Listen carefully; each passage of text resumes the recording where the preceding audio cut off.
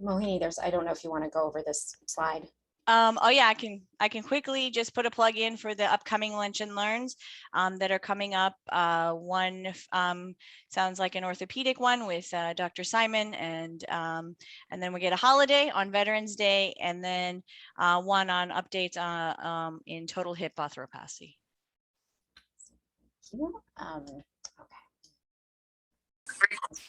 So thank you so much for inviting me to join you all.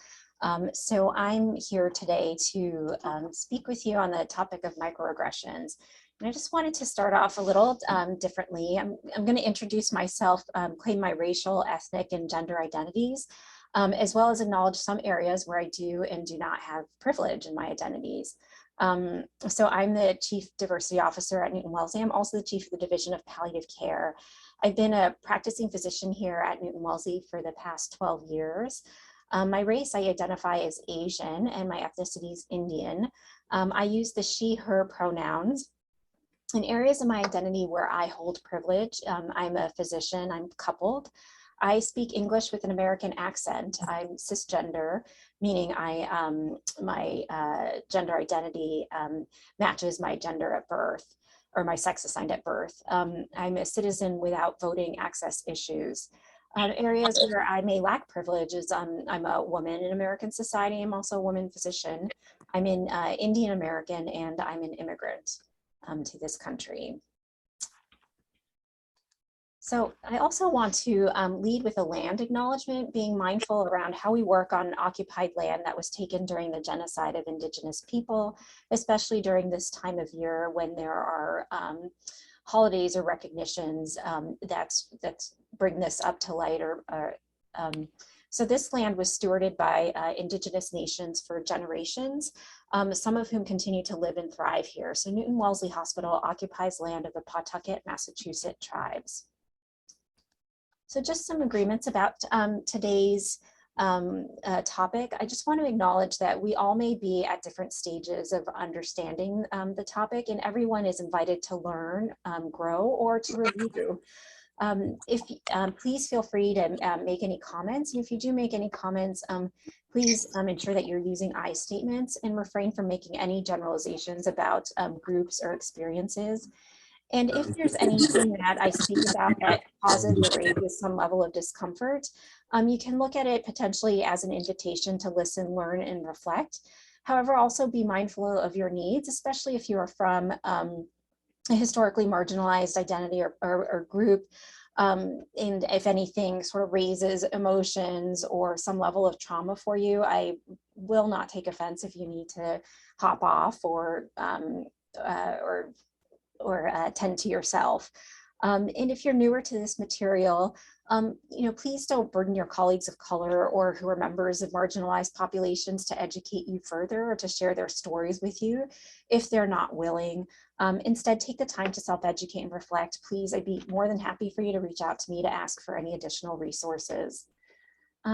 So today I'm hoping first to go over just a general definition review to ensure we're all coming from the same place of understanding when terms are used during this presentation. And so the first portion of this presentation won't feel like it's directly about microaggressions, but the terms I review are important concepts to understand why microaggressions happen. And then we'll review how microaggressions and discrimination in general manifest in healthcare, specifically in terms of our work experience as providers. And then I'm going to go over some very practical tips on how to respond to microaggressions, taking note that there are many different ways to respond. There isn't just one right way. However, I'm going to focus more from the perspective of the bystander and the transgressor of the microaggression. So moving on to reviewing the definitions so we can all be on the same page. So first, I want to define the concept of bias.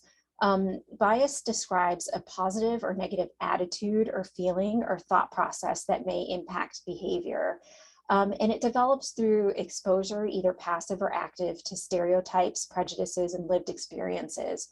So I think of two types of bias. One is explicit bias. And so that's when you have a conscious awareness of your attitude, which is positive or negative towards a certain group based on stereotypes. And another type of bias I think of is implicit bias or unconscious bias. So these are learned stereotypes and prejudices that operate automatically and unconsciously when interacting with others.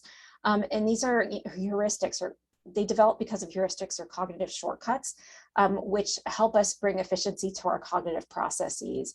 So these biases may not be consistent with our conscious intention, and it's a natural human trait. We all have them. All people, even with egalitarian beliefs, have implicit biases. And so moving on to stereotypes. So stereotypes are a process by which people use social categories, such as race, gender, or even sports team affiliations in acquiring, processing, and recalling information about others. Two more pages of definitions, and then we'll get moving on. And then discrimination describes behaviors or actions. So while biases describe attitudes or beliefs, discrimination then describes the subsequent behaviors or actions that develop as a result. And it can assign unfair advantage or disadvantage to people based on membership to social groups. So racism is a system, a way of structuring opportunity, either through policies, procedures, or norms, and assigns values to people based on the interpretation of how someone looks, which is what we call race. And racism unfairly disadvantages some individuals and communities, and unfairly advantages other individuals and communities. And it saps the strength of the whole of society through the waste of potential. When most people think of racism, they think of what's called interpersonal racism. And so that's an outward act of discrimination, so a behavior based on race. There are three other forms of racism that are more subtle. One is internalized, the other two are institutional and structural. So the latter two are more pervasive forms of racism. And these were actually all defined specifically in the Stepping Stones course on Health Stream, which we have all been asked to take. And I strongly encourage you to review this if you haven't already, because this is another actually wonderful learning opportunity. And so the definition of racism can be broadly applied to other isms or other forms of oppression. And the reason why I'm taking a moment to sort of highlight all of these words is because we need to be able to speak openly about these terms and use these words more openly, because otherwise we can't call out and name acts of oppression when they're happening if we can't use these terms more comfortably with each other. And then that prevents us from enacting change and rectifying these problems. So now just moving specifically to microaggressions and the definition of microaggressions. So these are brief, intentional or unintentional snubs, slights, and insults directed towards an individual because of a membership or an assumed membership within a marginalized group. And what they end up communicating are hostile, derogatory, or negative messages, and negatively impact the emotional well-being and belonging of the person to whom the microaggression is directed. And it can be a result of either explicit or implicit bias that a person holds. The thing to consider about microaggressions, or why it's such a significant topic to think about, is that when a microaggression happens as a one-off and never happens again, then it's okay. You know, it doesn't have that significant of an impact. But you have to think about the person who has received the microaggression. They have probably heard it so many times in their daily functioning of life that it has a cumulative effect and then results in a negative impact in their mental health. And it's quantifiable. So for example, what's the picture here? You know, this is something that I go through frequently in my daily existence. I have a non-Western sounding name. And this also could happen to somebody who speaks English that's without an American accent in our country. You know, when they're asked the first question, where are you from? That's a perfectly fine question. However, my answer to that question is, oh, I grew up in Connecticut. That usually doesn't satisfy people because it doesn't fit their construct of what an American name should be or should look like. So then the follow-up question I inadvertently get is, no, where are you really from?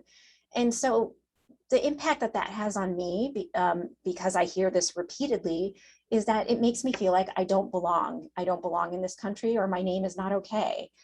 And so that's why it's important to have this conversation or to learn about microaggressions. So to tie all of the terminology together, because I'm a visual person, I put together this diagram, which is extremely oversimplified because many complex factors play into all this terminology, but it helped me sort of frame where all of these terms fit.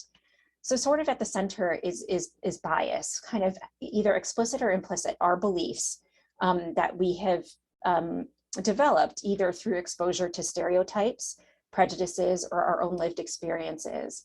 And then the outcomes of bias, the behaviors that result from bias, are discrimination or outward acts of racism, microaggressions, or then the more subtle, systemic or implicit bias, it's systemic racism, which then results in health inequities, which is what we sort of focus on in our field. But as I said, this is overly simplified. So many factors play into it. And what we're here to focus on today specifically are microaggressions. So just thinking about microaggressions, in order to kind of start seeing or exposing when a microaggression is happening, it might be helpful to characterize microaggressions into 4 different themes. And so the first theme of microaggressions that commonly happen is around belonging. Who does or does not belong in the setting that they're in. And so the example that I shared about sort of know where are you really from is an example of microaggression around the theme of belonging. The second common theme is around meritocracy. Who does or does not deserve to be where they are? So this is commonly encountered by physicians who are women or physicians who are Black or people of color when they're automatically assumed to be any other role beside a physician. And this is not to disparage sort of the other roles, because other roles such as nursing, nutrition, transport are all vitally critical to the care of our patients. It's the sense that it's not believed that women or people of color could be physicians. The next common theme is around intelligence. Who is considered to be an intelligent person, who is not.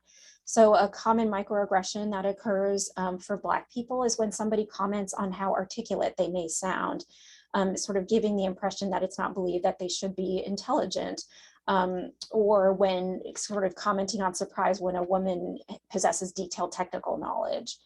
And then the final common theme of microaggressions is around danger or threat, who's perceived to be dangerous or who's not perceived. So a sort of common occurrence is in the airport.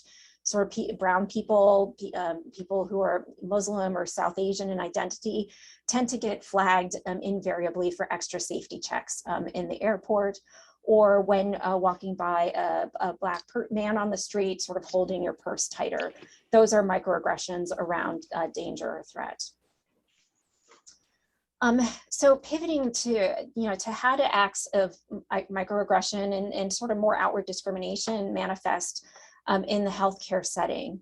So this is a study of almost 1,000 respondents to an online Medscape survey of physicians, showed that 59% of all physicians have heard an offensive remark about their personal characteristics or background within the last 5 years of this survey. And these comments revolved around age, ethnicity, national origin, gender, and race primarily. And what's obvious by this table is that BIPOC, so Black, Indigenous, people of color colleagues, experienced a disproportionately more significant burden of these offensive remarks than did white physician colleagues.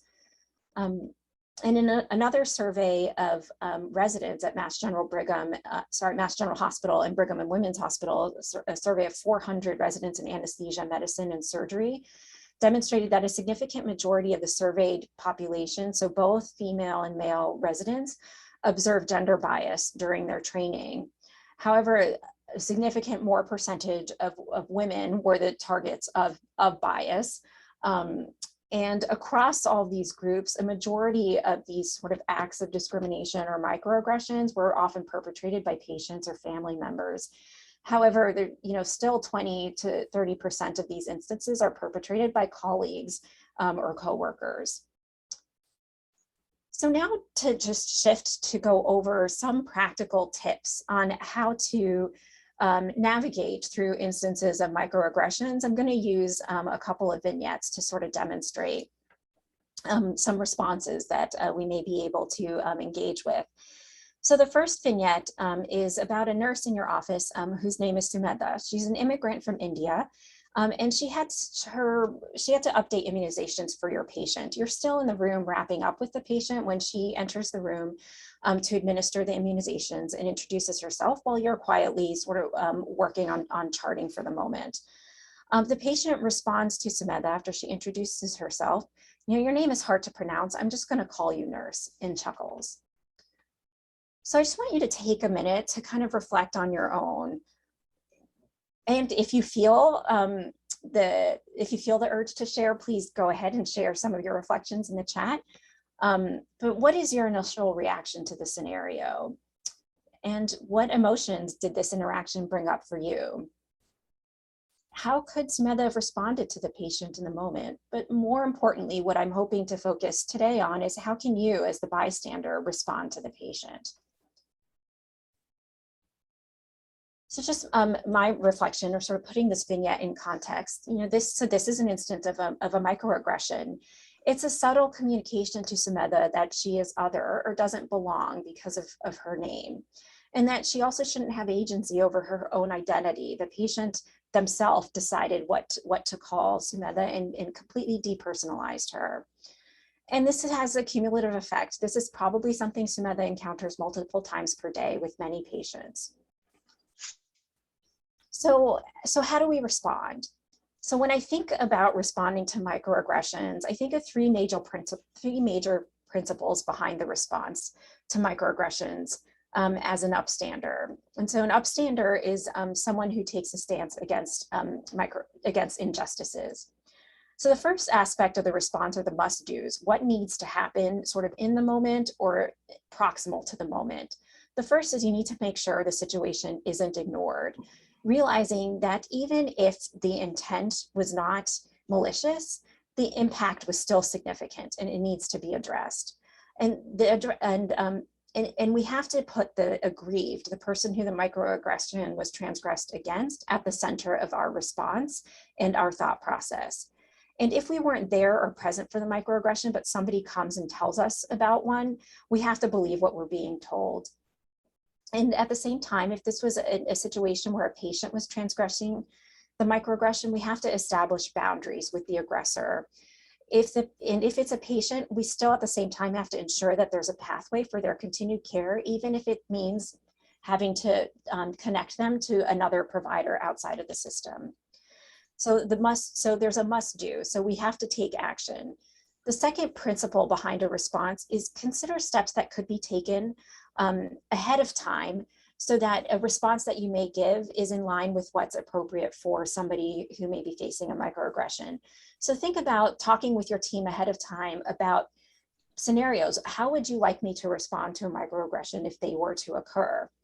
And then also be flexible. How you respond, there's a great deal of flexibility. There are many different options. There isn't just one right way to respond to microaggression, because I find that's often what paralyzes us in this process. We always want to do the right thing. What is important is, once again, keep the aggrieved in mind at the center of your response while thinking through what is the scenario that you're in that moment. Weigh the risk of the benefits of your approach to each situation, so you're not placing yourself or the aggrieved in greater harm or at risk for retaliation. So let's go through some sort of concrete steps. So being an upstander, so micro-interventions. Here I'm just presenting three possible options of how to intervene. As I said, there are many possible options, but just in the interest of the limited time we have together here, I'm just going to go through three in more detail. So you can choose one of these three. The fourth in purple is the absolute must-do part of your response. So the optional, sort of one of the three options steps, so you hear a microaggression, a step you can take in the moment is make the invisible visible. Name the ism that you just witnessed. Name the behavior that you saw, as opposed to accusing the person of a character flaw. So this prevents an escalation or putting the aggressor on the defensive so that they can be open to hearing feedback. And I'm going to go through some quotes in the next slide so you can see examples of these. The second is disarm the microaggression by asking a question and forcing the transgressor to reflect on their behavior. And then the third can be educate the transgressor. Take an opportunity to explain why what that behavior was a microaggression. And you can take an approach of assuming best intent with the transgressor so that they can stay open to listening and engaging in the conversation. The final box in purple is the must do.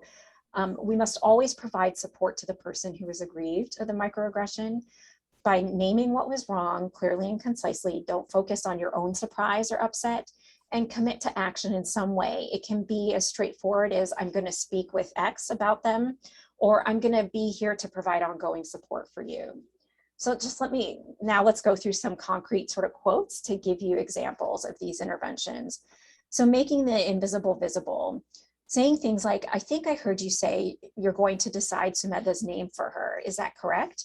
It sounds like you believe that names that aren't Anglo-sounding aren't worth taking the time to learn, and that's xenophobic. So you named the ism in the room. The next option is disarm the microaggression. Ask the transgressor to reflect on what they just did. I'm curious, what made you think you could choose Sumedha's name for her? And then another option, educate the transgressor. I assume you intended to say that you've not had much exposure to a name like Sumedha's, so you need time to learn her name. However, that comment can also imply that you don't think she deserves an individual identity or belong here in this country. So these are three different options of how, as a bystander or upstander, you could respond to the microaggression in the moment. Another option, depending on the situation in the room, is you can revisit. You know, sometimes we get paralyzed in the room when something happens and you have to process through, like, did I really just hear that? So it's okay to come back and revisit later and say, you know, I want to discuss something that happened yesterday or last week. As long as in the moment, in some way, you're addressing Sumedha and her needs. The chart that's on the right is just an example of how there are many other ways to respond to microaggressions in the moment. And I'm actually have listed them here in this slide.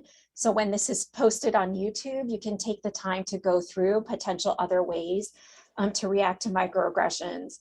One thing that I do want to point out, if you do take the approach of sort of redirecting, so for example, saying perhaps just changing the topic of conversation is what I mean by saying redirecting. It's important that that technique is used more when somebody is cognitively disabled or potentially aggressive, and so that it would be unsafe or unproductive to try to educate in some way. But make sure in that situation, you go back and address what you saw and heard as near as possible to the event with the person with whom the microaggression was directed towards, so that they understand that they were seen and heard as well. So just moving on to another vignette that does commonly happen. So Dwayne is a resident physician who's new to Newton-Wellesley, and he identifies as Black. He's asked by a nurse, Erin, who's not Black, to transport a patient to X-ray. Despite wearing a badge that identifies him as a physician, Erin has assumed that Dwayne occupied another role. And so what makes this a microaggression? So I think this harkens back to the meritocracy microaggression. So let's say there was another nurse or another provider on the unit who witnessed this microaggression in real time.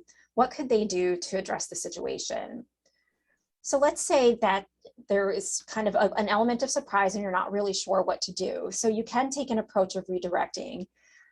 What's important when you redirect the conversation is that the person is modeling the appropriate behavior on how to treat Dwayne or Dr. Miller. You know, so saying, hi, Dr. Miller, I'm so glad you're here. Can I ask you to take a look at the patient in room 656? I'm a little worried about them. This actually also is therapeutic to Dr. Miller because it gets them out of the awkward situation and moves them on to another task while you're also acknowledging what their role is. Then you can take that subsequent time to directly speak with the person who committed the microaggression. You know, other approaches can be sharing your own past experiences with engaging in similar behaviors. Or you can state what you prefer would happen. I prefer you not make these assumptions about people's roles based on their appearance. Or you can call on their better self. You know, I know you well enough to know that you didn't intend for that to be racialized, but it was.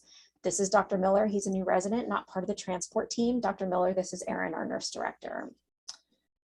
And then as I said, the must-do part as an upstander for a microaggression is supporting the aggrieved. In this scenario, you should check in with Dwayne and offer him space to decompress. What's the most important thing to do is validate his emotions and making a statement that microaggression was not okay. And then share your plans to address the situation. It could be that you're going to follow up with the transgressor to provide them with ongoing education, or it could be that you're emphasize that your door is always open to them. Just be sure that your plans don't put any responsibility on Dwayne to educate others or to increase any risk of retaliation against him. And then finally, another step that you could take is address with your team at large. You know, if you're rounding with a team or in an outpatient practice, you know, with your team, take time to meet about what would you feel comfortable in terms of responses to microaggressions. So when you are the aggressor, how to react or respond.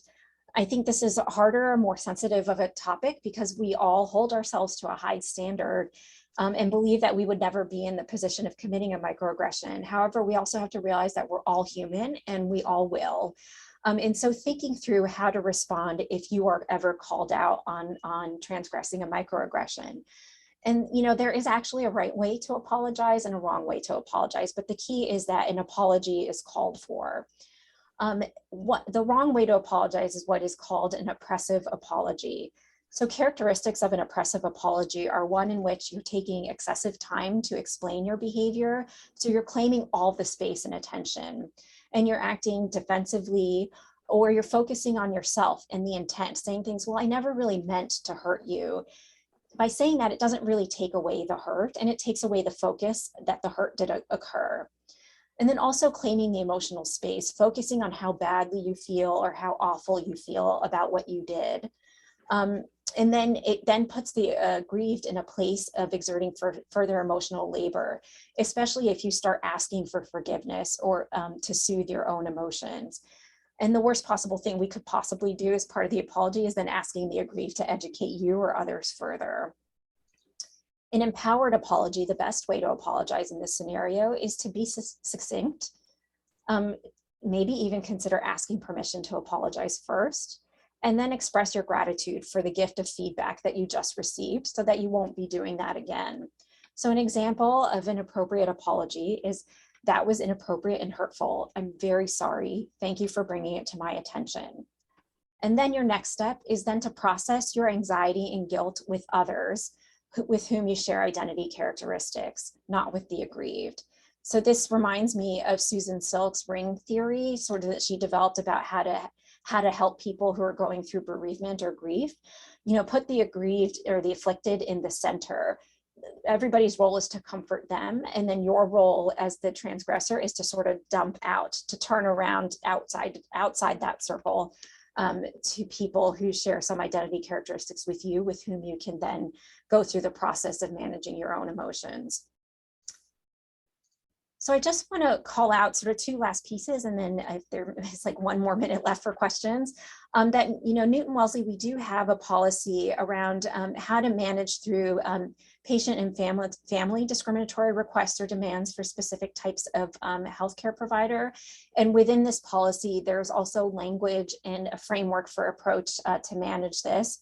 What we are actually doing is now taking it up to an MGB level, where we will have system-wide approaches to managing acts of discrimination through developing new reporting lines, new policies, and also creating sort of best practices and resources so that we can better respond and manage our patients and employees through these acts. So there's much more to come on that. We are sort of in the working process on that. But that is all I have. I'm going to stop share. I'm happy to answer any questions, or you feel free to reach out and email me afterwards as well. Thanks, Kosha. It was really good talk. Thank you. I do have one question. I think maybe just my understanding, I'm trying to clarify. Initially you had said don't, at least what I heard was that don't ask the aggrieved to help you understand their sort of so their understanding or their experience, right? And so if you happen to be called out as a transgressor, are you suggesting that that would not be the position to be like, what could I do differently next time? Yeah, I Or, mean, I think, no. right, that's a great question. I mean, I want to say that I guess all of the recommendations I'm giving you, you have to interpret it in the context that you're in, right? So for example, if it's a person that you already have a pre-established relationship with, you're very close to, that may be an appropriate question to ask, like, please, let me know what I can do differently in the future. If you do ask that, anticipate that a potential response could be like, no, I don't think I can, which is okay. You have to accept that as okay. It's perfectly okay to ask that question, just anticipate a response and think about what is your relationship that you have with that person. If it's somebody you don't know, then I would really not ask that question and then turn around to somebody else and say, this just happened, can you help me understand? That's very helpful. Thank you. I think there's a couple of things in the chat. Let me just see if there's any questions. Nope, they just all love your talk, which is so true. I think I learned a lot. And have definitely experienced that question that you have experienced a few times in my career. Absolutely. Because I'm from Buffalo and I definitely get the no, really. Where's your family from? But it's funny, Kosha, because I like to sort of mess with people when they do that. And I'm like, yep, my family's from South Africa. And then they look at me very funny. Yes. And so that sort of throws them they're expecting India at some point in this conversation, right. and it doesn't come up, and it sort of stops the conversation right there. Yeah, I do the same thing. So anyway, well, thank you so much. I think this was an excellent talk, and I'm sure we'll be in touch with you again, Kosha. Of course. All right. Take care, everyone. All right. Bye-bye.